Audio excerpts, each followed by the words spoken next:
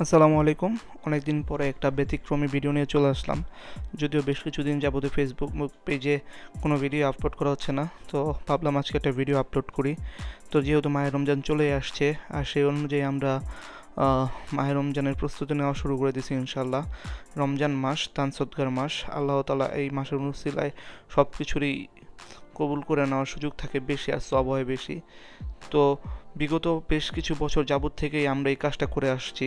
মূলত আমার বাবা মারা যাওয়ার পর থেকেই আমরা প্রতি বছর রোজায়, মানে বাবার একটা মৃত্যুবার্ষিকী অনুযায়ী যে খরচটা হয় সেইটার উপর ভিত্তি করেই প্রতি বছর রোজাতে বেশ কিছু মানুষকে আমরা রোজার ইফতার দিয়ে থাকি। তো এটা প্রতি বছরই করা হয়, কোনো বছরই এরকম ভিডিও করা হয় না। তো এবছর কেন জানি মনে হলো যে একটা ভিডিও করি।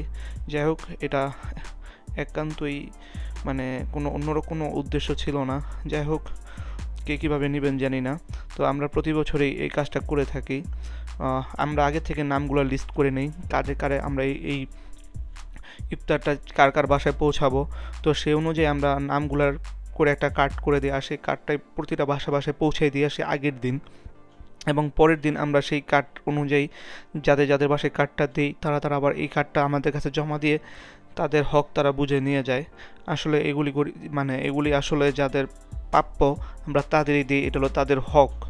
তো আমরা আমাদের হকটা আদায় করে নিই প্রতি বছর এইভাবেই।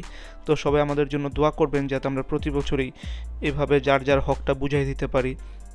যদিও গত বছরের তুলনায় এবারকে সংখ্যাটা বেশ কম ছিল, অনেকটাই কম ছিল। যাই হোক, আপনারা দোয়া করবেন সামনের বছরগুলোতে যাতে এর চেয়ে বেশ কিছু গুণ বেশি দেওয়ার তৌফিক আল্লাহ তাআলা আমাদের দেন, এবং তার সাথে সবাই দোয়া করবেন যাতে আল্লাহ তাআলা আমার বাবার রুহের মাগফিরাত হিসাবে আল্লাহ তাআলা আমার বাবাকে মাফ করে দেয়। আসসালামু আলাইকুম।